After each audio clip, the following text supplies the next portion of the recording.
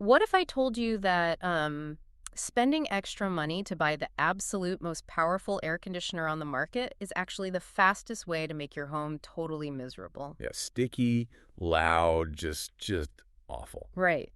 Which sounds completely counterintuitive. I mean, we all want a cool house, but to understand why, picture this scenario from our sources today. Okay, let's hear it. So, you live in Piedmont, and you've just finished putting the touches on this brand new, beautiful 400 square foot sunroom addition. Sounds nice. It is, except, the afternoon sun is just beating right through that glass, and it's getting incredibly hot. Oh, yeah, those sunrooms can turn into greenhouses real quick. Exactly. So you do the responsible thing, right? You call around, get 3 different quotes for a mini split air conditioner. Smart. Right. Contractor number 1 comes in, looks around, says you need an 18,000 BTU unit. Big unit. Yeah. Contractor 2 says 12,000 BTUs is plenty. And then the third guy walks in, does some math, and quotes you for a tiny 9,000 BTU unit. And naturally, you're looking at that third quote thinking, This guy is crazy. Like, why wouldn't I just go with the biggest unit to make absolutely sure the room stays cold? I mean, it feels like such a natural assumption to make. It really does. Because in almost every other aspect of our lives, we just naturally equate more power with better performance. If you want a faster car, you buy a bigger engine. Right. Or if you want a brighter room, you get higher wattage bulb. Exactly. Yeah. We are just so conditioned to think brute force solves everything. It's so true. But look, our mission for this deep dive is to completely dismantle that instinct when it comes to modern climate control. Yeah, it's a total myth now. We are pulling from a massive stack of sources today. We've got the official ACCA Manual J load calculation methodology. It's just heavy reading, Yeah. but so important. Very heavy. Plus, we have deep in the weeds engineering data from manufacturers like Mitsubishi and ACQ, and some brilliant field-tested notes from a 45-year master HVAC technician out in central Oklahoma. The guy has seen it all. He really has. So we're going to decode why our common sense logic about, bigger being better is totally backward here, and how you can actually size an HVAC system without getting ripped off. What's fascinating here is at the root of this homeowner's confusion, and honestly, the reason those contractors are quoting massive 18,000 BTU units, it stems from this historical legacy. The old way of doing things. Right. We call it the window unit math. Ah, okay. For decades, the crude rule of thumb for just, a standard rattling AC unit in your window was roughly 20 BTUs of cooling power for every square foot of space. Okay, let's unpack this a bit for anyone who needs a quick refresher. Because a BTU, a British thermal unit, is roughly the amount of heat generated by lighting a single wooden kitchen match. That's a great way to visualize it. Yeah, so when we're talking about a 9,000 BTU unit, we are quite literally talking about grabbing 9,000 matches worth of heat and shoving it out of your room every single hour. Exactly. And under that old window unit math, a 400 square foot room, you multiply that by 20 and you get 8,000 BTUs. Right, and since they don't really make an 8,000 BTU mini split, They don't. Contractors naturally just round up to 12,000. Or, like that first guy, they just throw an 18,000 BTU unit on the quote, so they never ever get a call back about the room being too warm. cover their bases, basically. Exactly. Hmm. But the critical flaw there is that old school window units and modern mini splits operate on entirely different mechanical principle. Right, they aren't the same machine at all. Not even close. Window units and honestly most traditional central air conditioners are single stage. They're essentially binary. On or off? Exactly. Hmm. They're either turned on, drawing 100% power, just blasting freezing air, or they are completely shut off. But mini splits utilize variable speed inverter technology. Okay, let's unpack how that actually works mechanically, because this is a huge shift. A traditional single-stage compressor is basically like a light switch, right? Yep. Flick it up, flick it down. So driving a car with that technology would mean you either have the gas pedal mash all the way to the floorboard, or you turn the engine completely off. Which would be a terrifying way to drive. Right. You speed up, you coast, you stomp the gas again. It's incredibly jerky. But an inverter compressor is more like a dimmer switch or cruise control. That analogy gets right to the physics of it, actually. Instead of just cycling the power on and off, an inverter system physically alters the frequency of the electrical current going to the compressor motor. So it's actively changing speed. Exactly. It spins the compressor faster or slower.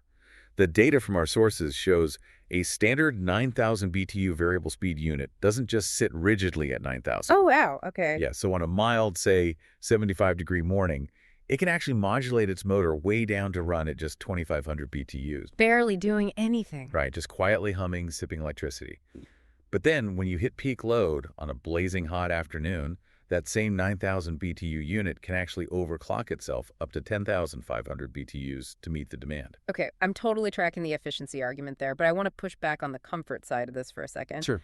If the unit is variable speed and it acts like a dimmer switch, what is the actual harm in just buying the 18,000 BTU unit for my small room? I hear this all the time. Because, I mean, if it has a dimmer, can't it just run on a super low, quiet setting all day and then cool the room instantly if I throw a party?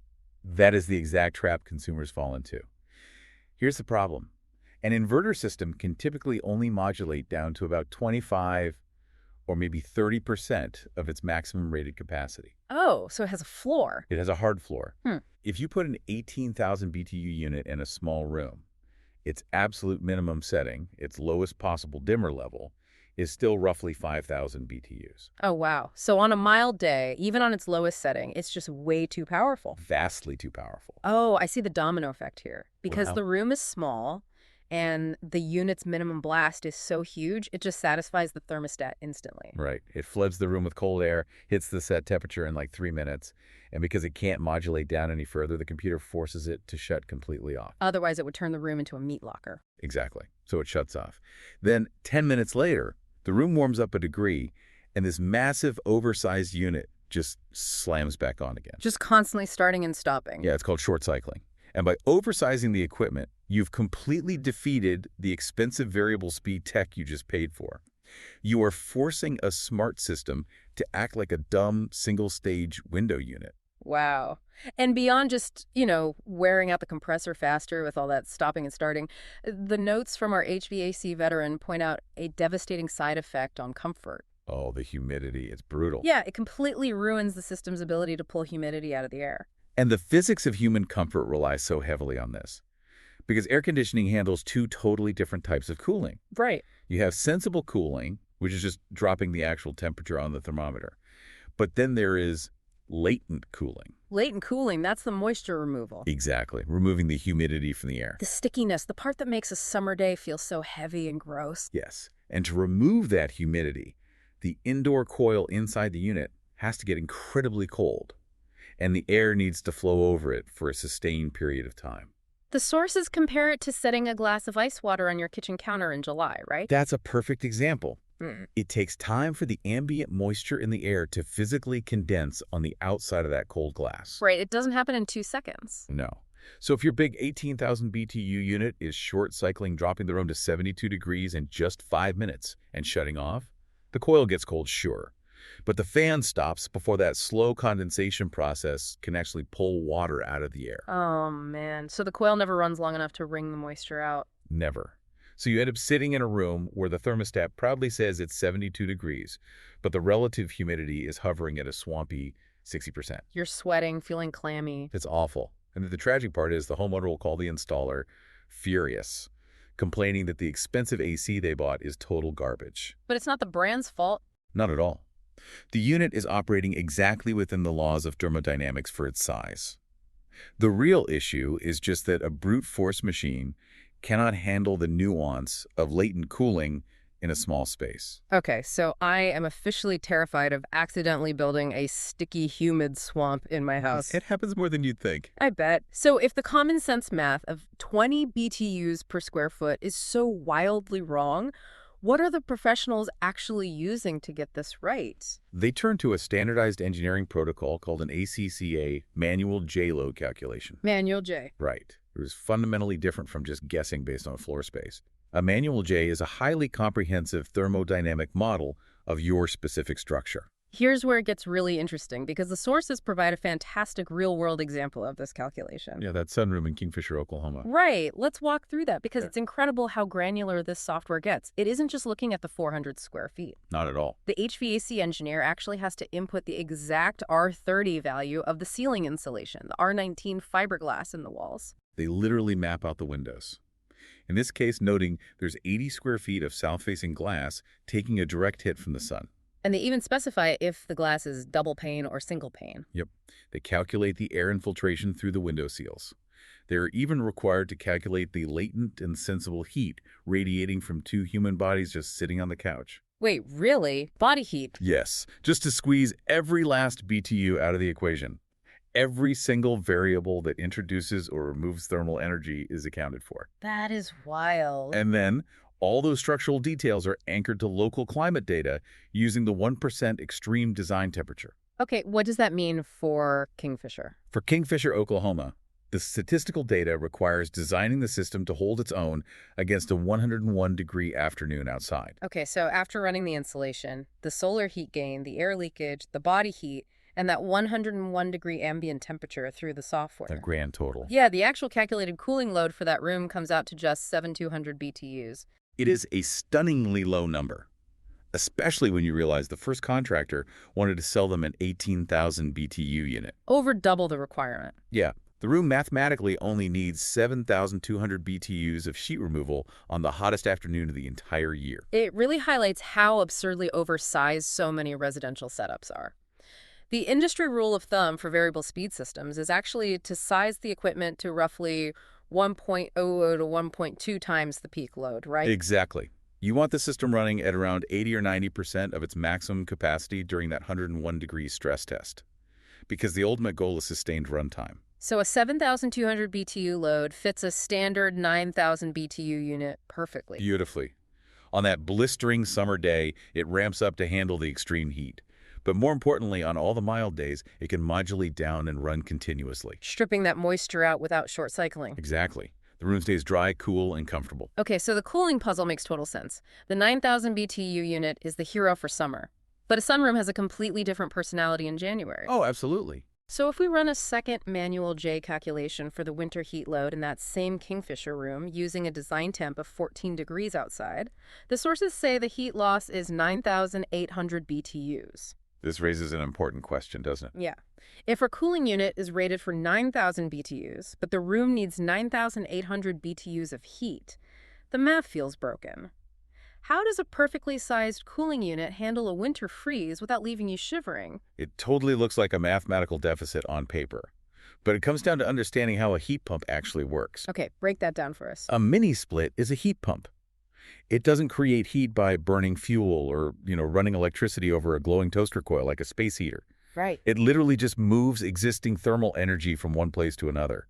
And the mechanics of the refrigeration cycle heavily favor the heating process. Okay, but wait, the physics of that. If it is 14 degrees outside, where is the heat pump finding any thermal energy out there to move into my house? It feels like trying to squeeze water from a stone. It really does. But it all comes down to the boiling point of the chemical refrigerant moving through the copper pipes. Okay. The refrigerant inside a modern mini-split boils at extremely low temperatures, often around -50 degrees Fahrenheit. Wait, -50? -50. Yeah. So because its boiling point is so incredibly low, 14-degree winter air is actually relatively hot to the refrigerant. Oh my gosh, of course. Yeah, the outdoor fan blows that 14-degree air over the coils, causing that sub-zero liquid refrigerant to instantly boil into a vapor. That phase change absorbs ambient thermal energy from the freezing air outside. That is mind-blowing. Then the compressor takes that vapor and squeezes it incredibly hard.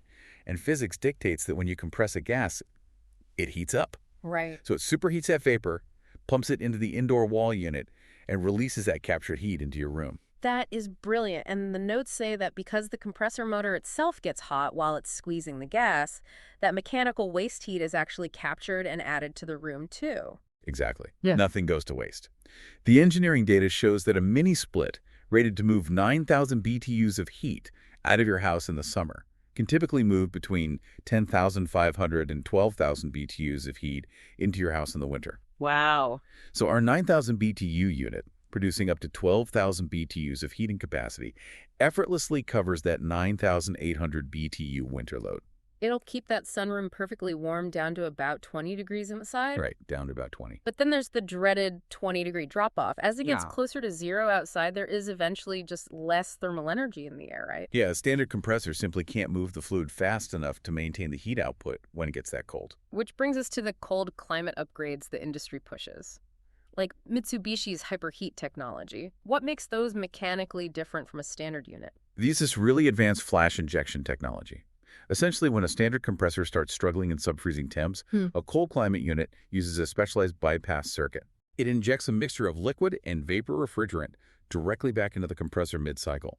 This keeps the compressor cooler and allows it to spin at much, much higher speeds. So it forces it to extract heat even in deep freezes. Exactly, even when it drops down to negative 13 degrees Fahrenheit. The capability is amazing.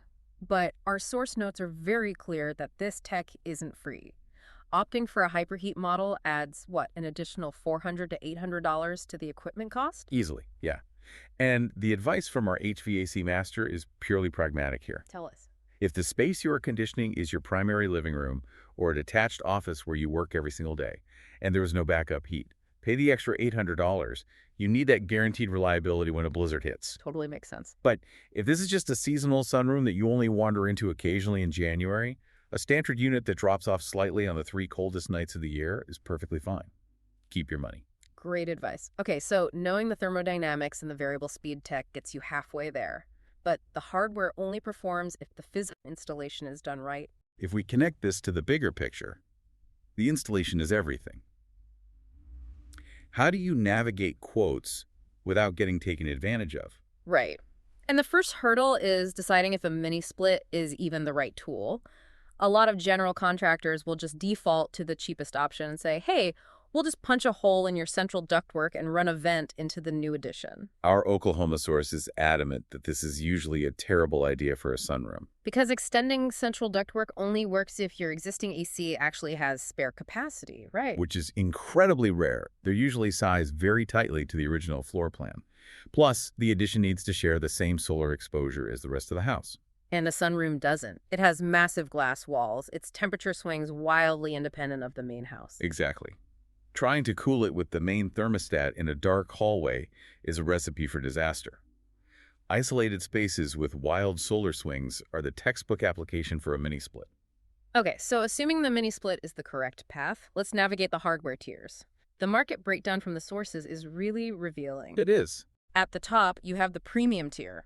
Brands like Mitsubishi. Where you're paying for top-tier engineering, exceptional cold weather performance, and a robust 12-year warranty. Backed by a huge dealer network. For our 9,000 BTU sunroom, a premium installation runs roughly $4,800. Right. Then you have the mid-tier options, heavily favored by places like Costco, brands like ACQ. The underlying equipment is generally solid, often using compressors licensed from the bigger brands, but you get a shorter warranty and a smaller network of techs if something breaks. And that 9,000 BTU job sits at about $3,200 installed. Finally, the budget, DIY-friendly market. Pioneer, Mr. Cool.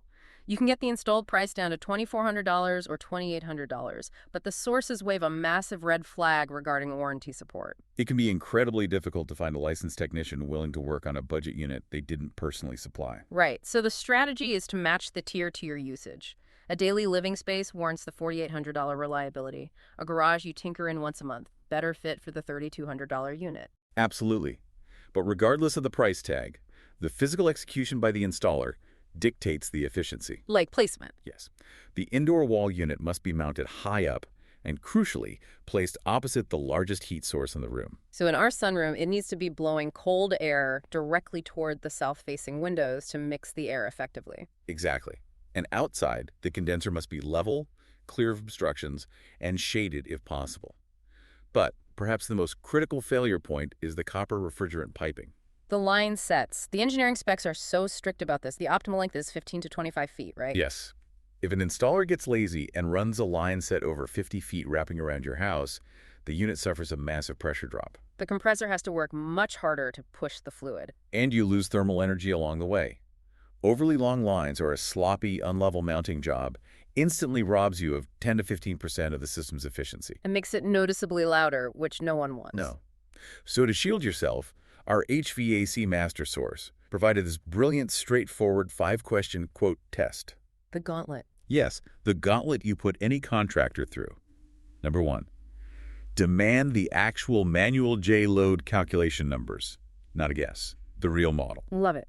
Number 2, ask for the specific heating capacity of the quoted unit at 20 degrees outside. Number 3, require them to confirm the planned line, set length, will stay under 25 feet. Number 4, Get the exact warranty details in writing, separating the manufacturer's parts warranty from the installer's labor warranty. And number 5, force them to explicitly state whether they are quoting a standard unit or a cold climate model. Because if a contractor just scribbles 12K Mitsubishi, $4,000 on a notepad, that is not a quote. Reputable outfits provide the load calculations, performance data, and installation parameters in writing upfront. the shift in perspective here is just profound. We started with a homeowner utterly confused by 3 wildly different quotes. But by digging into the latent cooling physics, Right, the variable frequency drives and the rigorous math of a manual J, the core lesson becomes undeniable. when dealing with modern climate control, bigger is absolutely not better. Precision is better. So what does this all mean? The goal isn't overwhelming brute force. The goal is maximum balance matching the precise capability of the tech to the exact thermodynamic reality of your room. Exactly. And looking at all this data leaves you with a pretty fascinating thought to chew on. Okay. Yeah.